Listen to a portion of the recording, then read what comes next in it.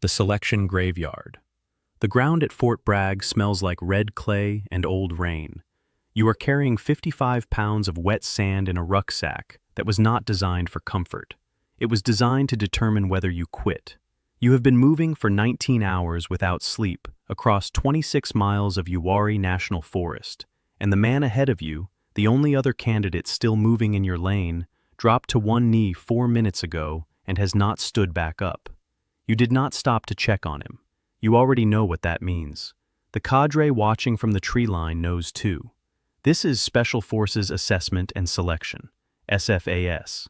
24 days at Camp McCall, North Carolina, during which the United States Army will systematically dismantle every version of yourself you brought through the gate and determine whether anything useful remains underneath. You applied after 6 years in the 82nd Airborne, 2 deployments to Afghanistan, a combat infantryman badge, and a body that has absorbed more than it was built to absorb. Your battalion commander signed your packet with the kind of endorsement that sounds like a formality until you realize most packets never get signed at all. You believe that meant something. The cadre at SFAS have not read your packet. They do not care about your battalion commander's endorsement.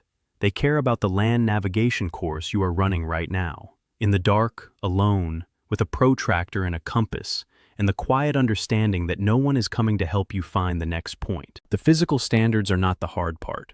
The hard part is the institutional silence. No cadre tells you how you are performing. No feedback, no ranking posted on a board. Every morning you wake up, and every candidate still present assumes he is failing because there is no evidence to suggest otherwise.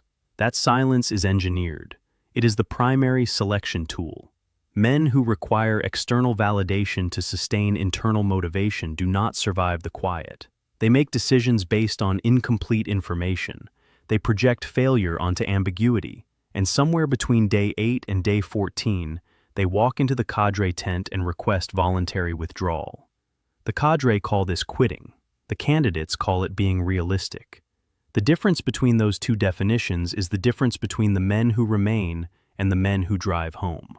You find the last point at 0347. You log the digit code on your score sheet. Your feet are producing a sound inside your boots that does not belong to healthy tissue. You do not look at them. Looking at them makes them real. You keep moving toward the finish because the finish is the only coordinate that matters right now, and because somewhere in the last 19 hours, you stopped running from failure and started running towards something you cannot fully name but cannot stop moving toward. That is what they are looking for. They will not tell you that until years later. Some of them will never tell you at all. The Q course and the language of controlled violence. You passed SFAS. 38% of your class did not. The ones who failed returned to their units carrying nothing externally different. Same rank, same uniform, same deployment patches, but carrying something internally altered that they will spend years pretending is not there. You have been where they are. You know exactly how that feels. You do not talk about it because there is nothing to say that changes the arithmetic. The Special Forces Qualification Course, the Q course, runs 55 to 95 weeks, depending on your military occupational specialty. You selected 18 Delta, Medical Sergeant.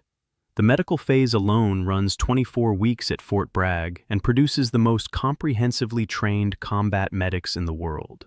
You will learn to perform surgical airway management on a casualty with no anesthesia in a forward operating base that has taken mortar fire within the last 40 minutes. You will learn to read a chest X-ray, diagnose a tension pneumothorax by sound alone, and deliver a baby in a village compound where the nearest hospital is 6 hours away and the nearest medevac helicopter is 4. You will learn to do all of this while carrying a weapon, maintaining your sector of fire, and tracking the radio traffic on 2 nets simultaneously. The clinical rotations occur at civilian trauma centers in North Carolina, where the volume of penetrating trauma, gunshots, stabbings, vehicle impacts, provides a casualty load that most military medical training cannot replicate. You spend 8 weeks in emergency rooms where you are technically a student, but functionally a provider, performing procedures on patients who do not know they are part of your training pipeline. A man arrives on a Tuesday night with 3 gunshot wounds to the torso. The attending physician manages the scene and keeps you at his shoulder. You see the lung expand and collapse through the chest wall. You catalog the anatomy the way you catalog terrain: entry point, exit point, angle of penetration, structures between. This is not desensitization. This is calibration. The language training runs concurrent. You selected Pashto.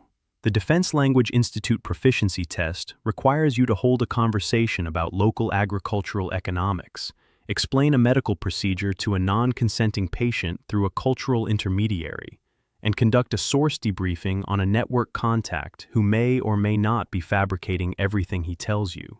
Your language instructor is a native speaker from Kandahar province who served as a Terp with the 10th Mountain Division and has a specific, professional contempt for Americans who mispronounce the retroflex consonants. He corrects you 14 times in a single session. Each correction lands like a small charge going off behind your ears. By week 6, you stop mispronouncing them. You graduate the Q course on a Friday in October. The ceremony lasts 45 minutes. Your team sergeant shakes your hand and tells you the real training starts Monday. He is not speaking metaphorically. The operator. First deployment. Your operational detachment Alpha has 12 men: a captain, a warrant officer, 2 intelligence sergeants, 2 communications sergeants, 2 weapons sergeants, 2 engineer sergeants, and you, one of 2 medical sergeants. The ODA has been together for 14 months before you arrive to replace a medic who rotated out to the medical battalion. The team has its own language, its own humor, its own internal hierarchy that exists in parallel to the official rank structure and occasionally supersedes it. You are new. You are competent. Those are not the same thing as belonging, and you will not belong for longer than you expect. The deployment is Nangarhar Province, Afghanistan. You operate from a small firebase 40 kilometers from the Pakistani border. The valley below the firebase contains 4 villages, 2 of which are actively cooperative, one that is genuinely neutral, and one whose village elder has been meeting with Taliban shadow government representatives twice monthly for 6 months, according to signals intelligence your team's 18F has been tracking since before you arrived. Your ODA's primary mission is village stability operations, embedding in the local population, developing partner force capacity with the Afghan local police, and mapping the human terrain of the valley with enough fidelity to identify which pressure points, if properly leveraged, will cause the network to collapse inward. This is not what you imagined when you earned the tab. You imagined direct action, raids, high-value targets. You understood intellectually that Special Forces was built around unconventional warfare and foreign internal defense. But understanding a thing intellectually and standing in a compound in the Spingar Mountains at 0900 conducting a shura with a village elder who is almost certainly lying to your face requires a different cognitive architecture than intellectual understanding provides. Your medical missions are the access key. You run a basic health clinic 3 days a week at the firebase. A woman arrives on a Wednesday with a 7-year-old who has a femoral abscess the size of a fist that has been draining for 2 weeks. You perform an incision and drainage procedure in a room with no anesthesia, a propane lantern, and an interpreter who translates the boy's screaming for his mother as necessary medical discomfort. The procedure takes 11 minutes. The boy returns 3 days later carrying a package of dried apricots his mother sent as payment. You accept them because refusing would constitute an insult that would close a relationship that took 2 months to open. 6 weeks later, the boy's uncle, a man you have never seen, approaches the village ALP checkpoint and provides the first confirmed human intelligence report about the elder's Taliban contacts that is specific enough to be actionable. You write up the medical mission report that evening. You include none of this. The weapons sergeant, the architecture of lethal precision. 2 rotations. You have transferred laterally through the SF community, and you are now a weapons sergeant with a different ODA, one built around direct action. Your new team has a culture that moves differently, less conversation, more repetition.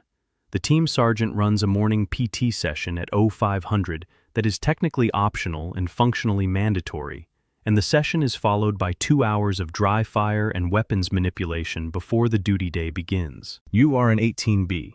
Your job is to know every weapon system your team carries, every weapon system the enemy carries, every weapon system your partner force carries, and every weapon system your partner force could theoretically acquire within the next 24 months.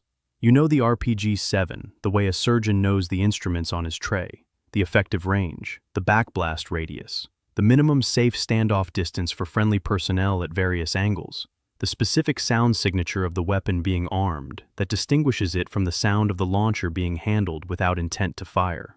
You have fired more than 200,000 rounds across 11 weapons platforms in the last 3 years. Your right shoulder has a calcium deposit on the rotator cuff that the team orthopod described as consistent with sustained heavy weapons use in a man 15 years older. You are 29. The range work at this level is not marksmanship in any conventional sense.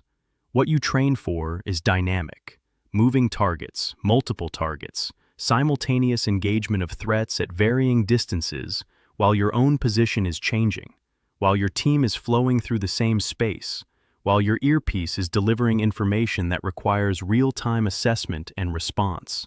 You shoot and move as a single neurological function.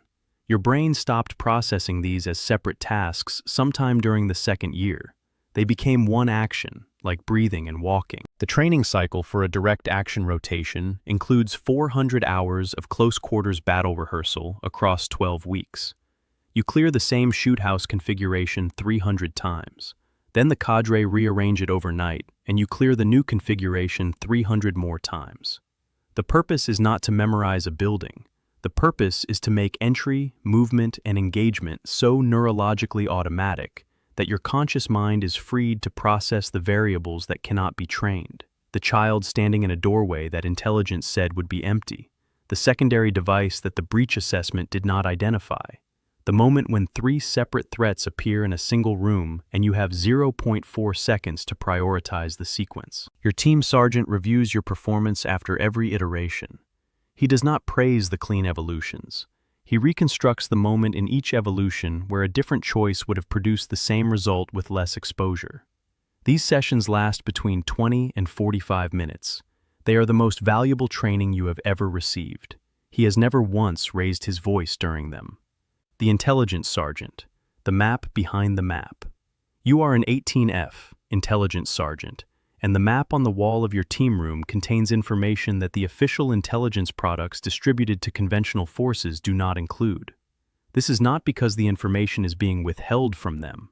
It is because you developed it yourself over 18 months of source operations, pattern of life analysis, and human network mapping that required a different methodology than the all-source intelligence centers at higher echelons are designed to produce. You run 3 sources. One is a mid-level government official in the provincial capital who provides advance warning of insider threat activity within the Afghan security forces.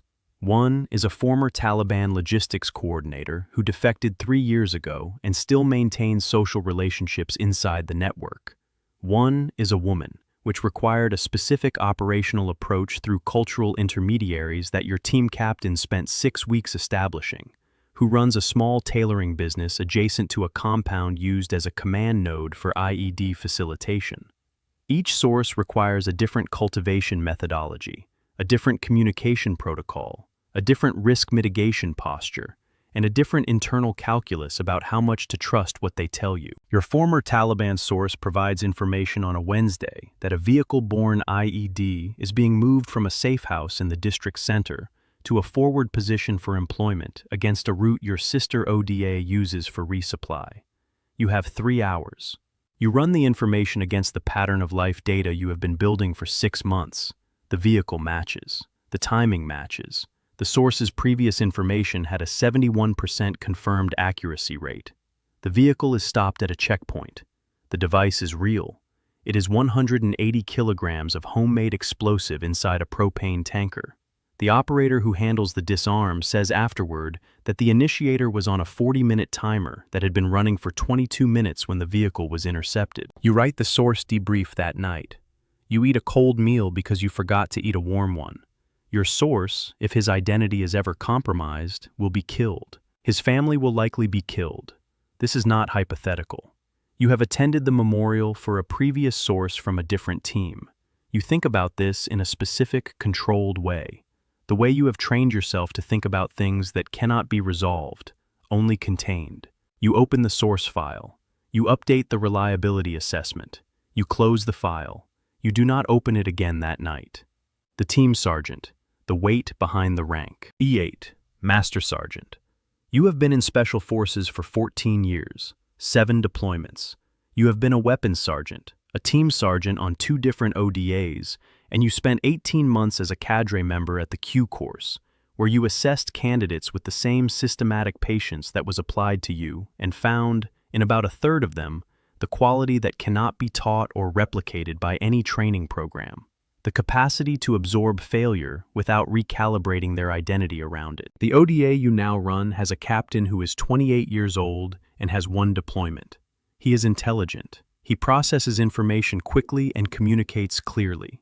He will be an excellent Special Forces officer when he has accumulated the thing that no military education system can accelerate: the judgment that develops only through making decisions with incomplete information in environments where the cost of error is paid by other people.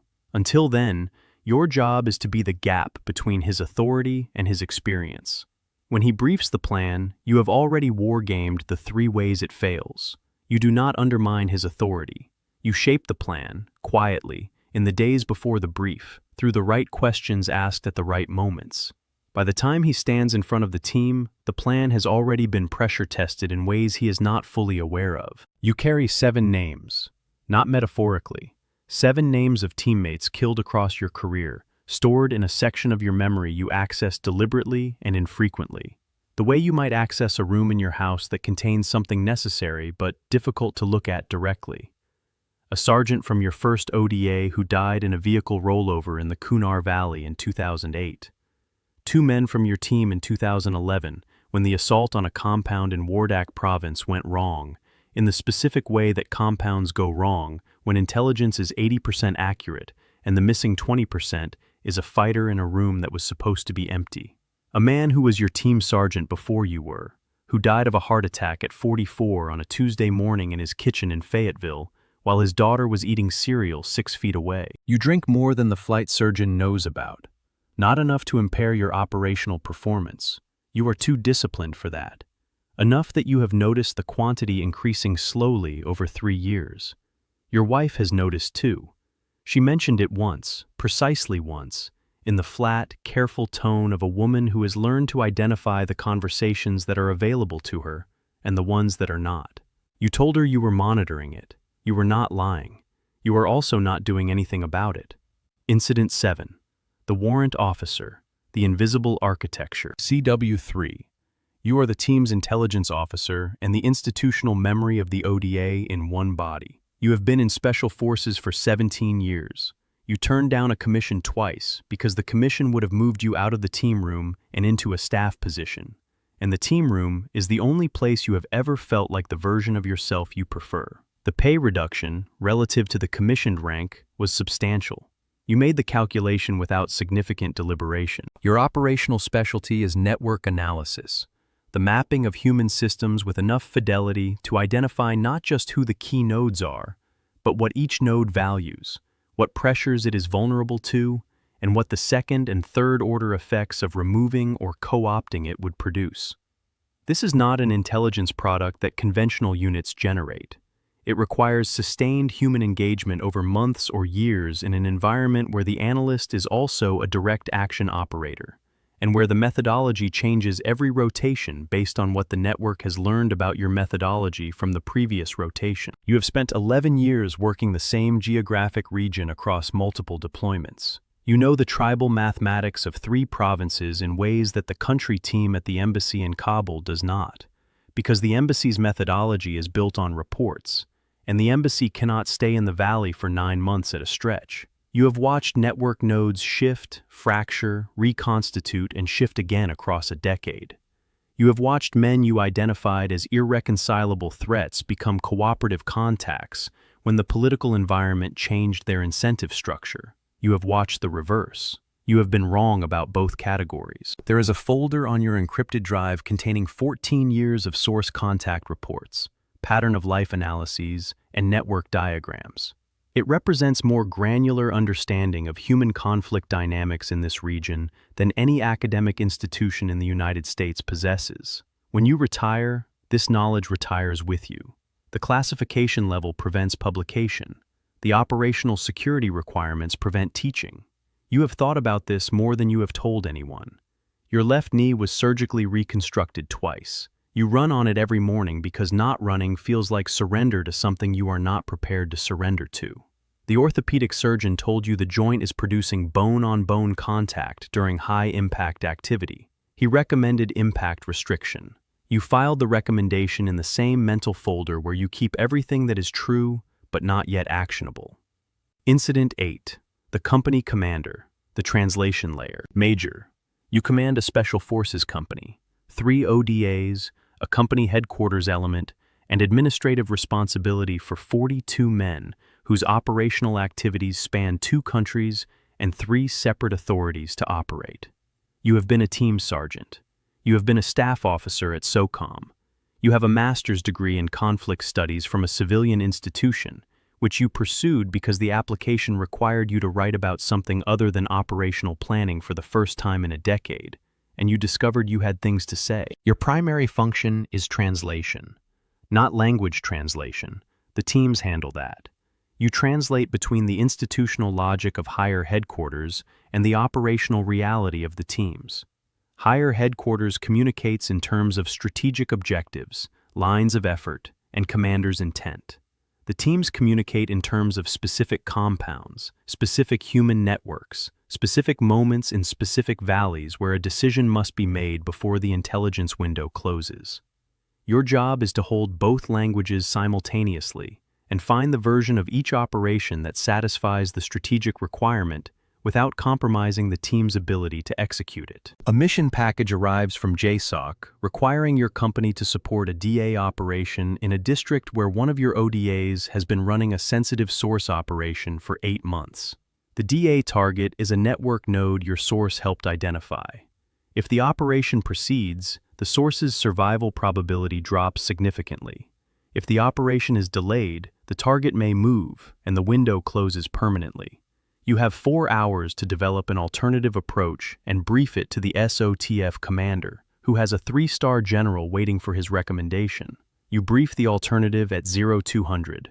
It requires 2 additional nights of surveillance and a modified approach route that increases helicopter exposure time by 7 minutes. The 3-star approves it. The operation succeeds. Your source is still active 6 months later. You do not sleep well the night after the brief, not because it went wrong, but because of the 4 hours when you were not certain it would go right, and 42 men's operational exposure was inside that uncertainty with you. The weight of command, you have found, is not the decisions you make. It is the period before the decisions resolve, when the outcomes are still contingent, and you are the only one in the room who has to hold the full probability distribution. Incident 9. The battalion commander. The altitude where men become policy. Lieutenant Colonel. You command a Special Forces battalion, 4 companies, roughly 1,400 personnel across all elements, active operations in 7 countries, and a classified budget allocation you manage with the same precision you once applied to weapons employment. Because at this altitude, imprecision costs lives in ways that are harder to trace, but no less real. You attend a briefing in Tampa on a Monday. The briefing concerns an authority to operate that your battalion has been requesting for 6 weeks. A legal framework that would allow one of your companies to conduct direct engagement with a network operating across a border that current authorities treat as a geographic firewall. The general across the table, 3 stars, 34 years of service, a man who was a team sergeant when you were a lieutenant, listens without expression for 40 minutes and then asks 3 questions. Each question identifies a gap in the analysis that your staff spent 2 weeks preparing and missed. The authority is approved 2 weeks later with modified parameters. In that 2 weeks, the network moves a significant figure to a location outside your company's operational area. You receive the intelligence report on a Thursday. You read it once. You do not read it again. Your battalion has lost 4 operators in the last 18 months. 1 in a vehicle ambush. 1 in a training accident where you reviewed the investigation and located the institutional failure 3 decision points upstream of the operator who made it. 2. In a compound assault that went wrong in the way things go wrong when an environment changes between the intelligence collection and the execution. You attended all 4 memorials. You spoke at 2 of them.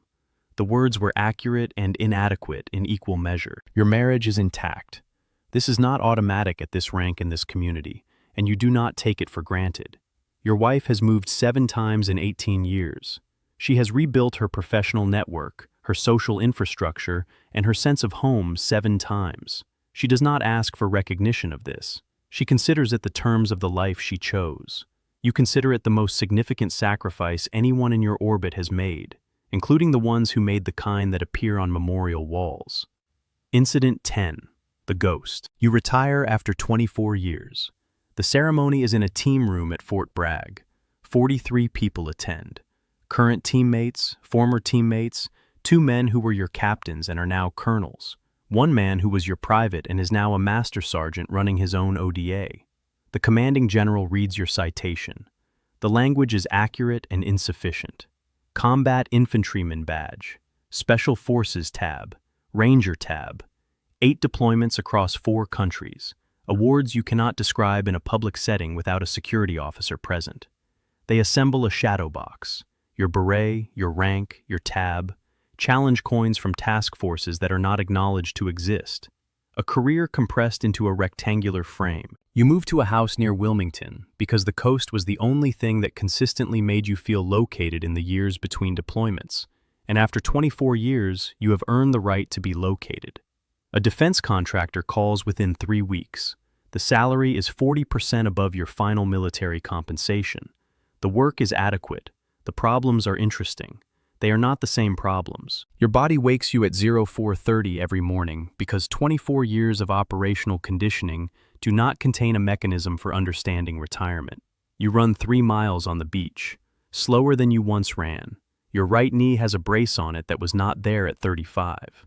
Your left shoulder produces a grinding sensation during elevation above 90 degrees that 2 surgical procedures failed to fully resolve. Your audiologist told you at your final physical that you have 30% hearing loss in your right ear, consistent with sustained exposure to weapons fire across a period of years. He asked if you had worn hearing protection consistently. You told him yes. You were not entirely lying. Your wife makes coffee before you return from the run. She has made coffee before you return from the run for 19 years, in 7 different houses, in 4 different states, on mornings after the kinds of nights that neither of you discusses directly. She does not ask about the nights. She is there for the mornings. This is not a small thing. You are aware that it is not a small thing. Somewhere at Camp McCall this morning, a candidate is moving through the land navigation course in the dark with a compass and a protractor and the absolute certainty that he is prepared for whatever exists on the other side of selection. He is not prepared. No one is. The preparation you actually receive begins on the far side of the thing that cannot be prepared for, and it continues until the morning you run on a beach with braced knees and a ringing ear, and realize that the certainty that carried you through the gate was never the thing that kept you moving. The certainty was the entry requirement. What kept you moving was something quieter and harder and more difficult to name, something that does not appear on any citation, that does not fit inside any shadow box, and that you carry now the way you have always carried the things that matter most, without showing anyone, without putting it down, without being entirely sure you could explain it even if someone thought to ask. They always learn this on their own timeline.